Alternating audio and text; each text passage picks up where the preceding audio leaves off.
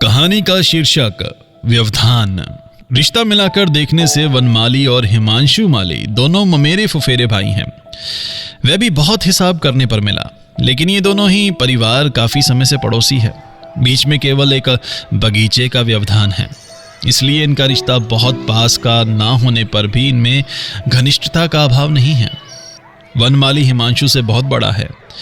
हिमांशु के जब दांत भी नहीं निकले थे और ना बोली ही फूटी थी, तभी से वनमाली ने उसे गोद में लेकर सांझ सवेरे बगीचे की खुली हवा में घुमाया है, खिलाया है, चुप कराया है, सुलाया है और शिशु का मनोरंजन करने के लिए परिणत बुद्धि वयस्क लोगों के जल्दी जल्दी सिर हिलाते और ऊंचे स्वर में बातचीत करने की जो सारी अवस्थानुचित चपलताएं और भारी उछल कूद दिखानी होती है, वनमाली ने उन सबको करने में भी कोई कमी नहीं की।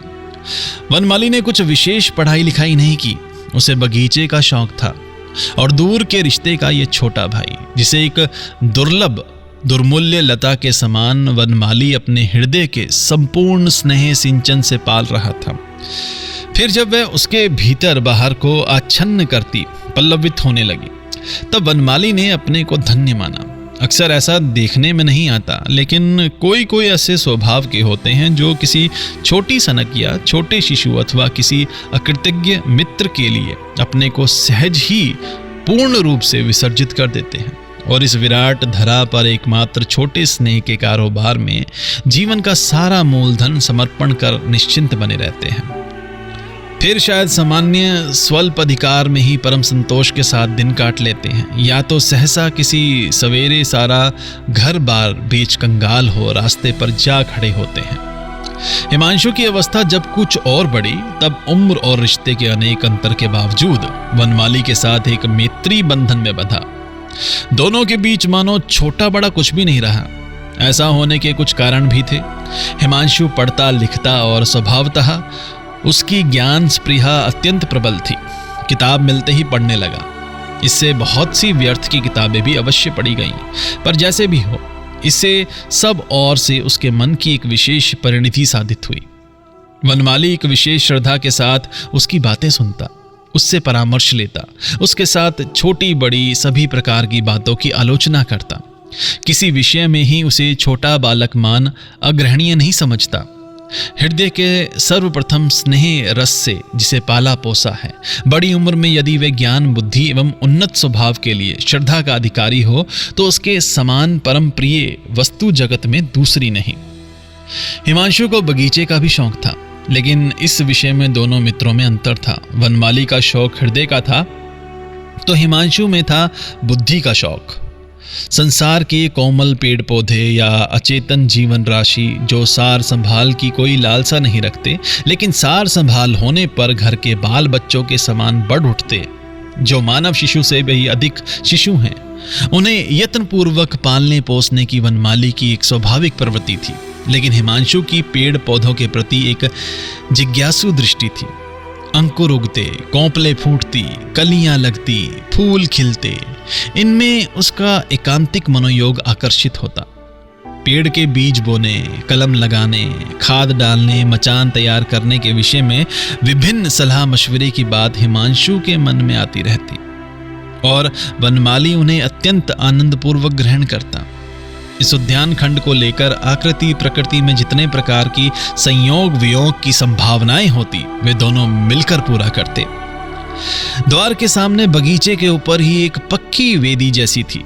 4 बजते ही एक पतला सा कुर्ता पहने, एक चुंटों वाली चादर कंधे पर डाल, हुक्का हाथ में लिए वनमाली वहां छाया में जा बैठता।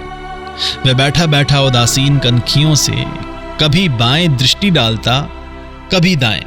इसी तरह उसका समय हुक्के की वाष्प कुंडली के समान धीरे धीरे अत्यंत हल्के भाव से उठता जाता, विलीन हो जाता और फिर कहीं कोई निशान तक नहीं रख जाता। आखिर में जब हिमांशु स्कूल से लौटकर जलपान कर हाथ मुंह धोकर दिखाई देता, तब वनमाली जल्दी से हुक्के की नली एक ओर को खड़ा कर देता। तभी उसके आग्रह को देखकर समझ में आया कि अब तक धैर्य के साथ वह किसकी प्रत्याशा में बैठा था। फिर बगीचे में घूमते घूमते दोनों की बातचीत होती। अंधेरा हो जाने पर दोनों बेंच पर जा बैठते। दक्षिण पवन पत्तों को मरमरित करता, वह जाता, किसी दिन नहीं भी बहता। पेड़ पौधे चित्रवत स्थिर खड़े रहते, सिर के ऊपर आकाश को भरे हुए तारे जगमगाते रहते। हिमांशु बातें करता, वनमाली चुपचाप सुनता। जो ना समझ में आता वह भी उसे अच्छा लगता। जो सब बातें दूसरों से सुनने में अत्यंत खिज पैदा करने वाली होती, वही बातें हिमांशु के मुंह से बड़ी मजेदार लगती। ऐसे श्रद्धावान वयस्क श्रोता को पाकर हिमांशु की भाषण शक्ति, स्मृति शक्ति, कल्पना शक्ति की विशेष परितृप्ति होती। वह कुछ बातें पढ़कर कहता, कुछ सोचकर कहता, कुछ बातें तभी दिमाग में उदित होती और बहुत बार कल्पना के सहारे से ज्ञान के अभाव को ढक देती। वह बहुत सी बातें ठीक कहता, बहुत सी बेतुकी, लेकिन वनमाली गंभीरतापूर्वक सुनता। बीच बीच में दो एक बात कहता। हिमांशु उसका प्रतिवाद करके जो उसे समझाता वह वही समझता। फिर दूसरे दिन छाया में बैठा हुआ हुक्के से कश खींचते खींचते उन सब बातों के विषय में बहुत देर तक आश्चर्य के साथ सोचता रहता। इसी बीच एक गड़बड़ी हो गई। वनमाली के बगीचे और हिमांशु के घर के बीच से पानी निकलने का एक नाला था। उसी नाले पर कहीं एक नींबू का पेड़ उगाया था। उस पेड़ में जब नींबू लगते तब वनमाली का नौकर उसे तोड़ने की कोशिश करता और हिमांशु का नौकर उसे मना करता।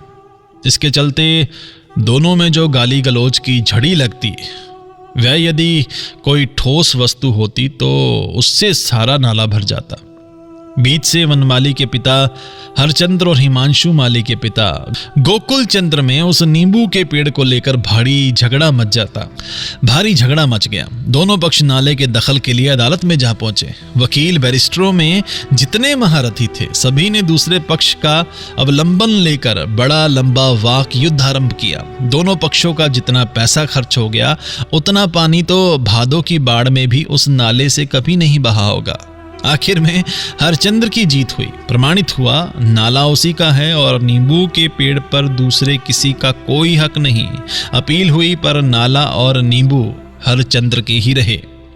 जितने दिन मुकदमा चलता रहा, दोनों भाइयों की मित्रता में कोई रुकावट नहीं आई। यहाँ तक कि कोई विवाद की छाया एक दूसरे को स्पर्श न करे, इस आशंका से कातर हो वनमाली दुगनी घनिष्ठता से हिमांशु को हृदय के निकट आबद्ध कर रखने की चेष्टा करता और हिमांशु भी रंच मात्र विमुखता नहीं दिखाता। जिस दिन अदालत में हरचंद्र की जीत हुई, उस दिन घर में, विशेष रूप से अंतपुर में परम आनंद की धूम मच गई। केवल वनमाली की आंखों की नींद चली गई। उसके दूसरे दिन अपराह में ऐसे म्लान मुख से वह बगीचे की वेदी पर जा बैठा जैसे दुनिया में और किसी का कुछ नहीं हुआ, बस उसकी ही हार हुई है। उस दिन समय निकल गया, 6 बज गए, लेकिन हिमांशु नहीं आया। वनमाली ने एक गहरी दीर्घ निश्वास छोड़ हिमांशु के घर की ओर देखा। खुली खिड़की के भीतर जाने पहचाने लक्षणों को मिलाकर देखा हिमांशु घर में है। हुक्के की नली फेंककर वे उदास मुख से घूमने लगा और सैकड़ों बार उस खिड़की की ओर देखा, लेकिन हिमांशु बगीचे में नहीं आया। संध्या समय बत्ती जलने पर वनमाली धीरे धीरे हिमांशु के घर गया। गोकुल चंद्र द्वार पर बैठे देह पर हवा लग रहे थे। कौन है? उन्होंने पूछा। वनमाली चौंक पड़ा, जैसे चोरी करने आ पकड़ लिया गया हो। कांपते हुए स्वर में बोला, मामा मैं हूं। मामा ने कहा, किसे ढूंढने आए हो? घर में कोई नहीं है। वनमाली फिर बगीचे में आ चुप बैठा रहा।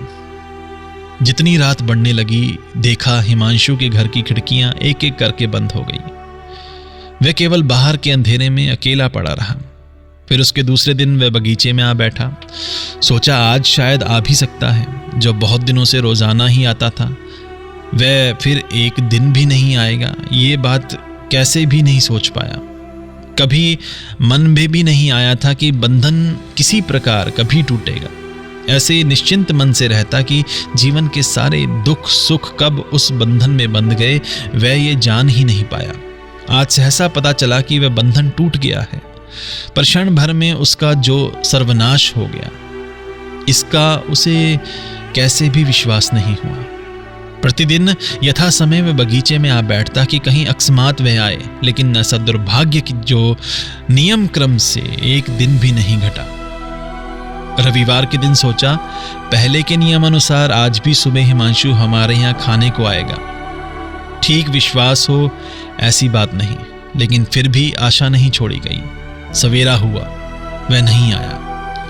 तब वनमाली बोला, तो फिर भोजन करके ही आएगा। जब वह भोजन करके भी नहीं आया, तब वनमाली ने सोचा आज शायद भोजन करके सो रहा है, नींद खुलते ही आ जाएगा। नींद कब खुली मालूम नहीं, पर वह आया नहीं।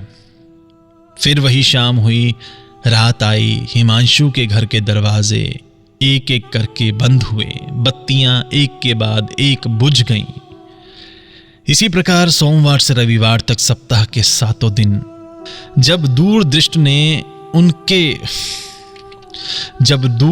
ने उसके हाथों से छीन लिए, आशा को आसरा देने के लिए जब और एक दिन भी बाकी नहीं रहा, तब हिमांशु के रुद्ध द्वार अटालिका की ओर उसकी अश्रुपूर्ण 2 कातर आंखों ने एक बड़ी मर्मभेदी मनोवेदना की फरियाद भेज दी और जीवन भर की सारी वेदना को एकमात्र आर्त स्वर के बीच घनीभूत कर बोला, है दयामय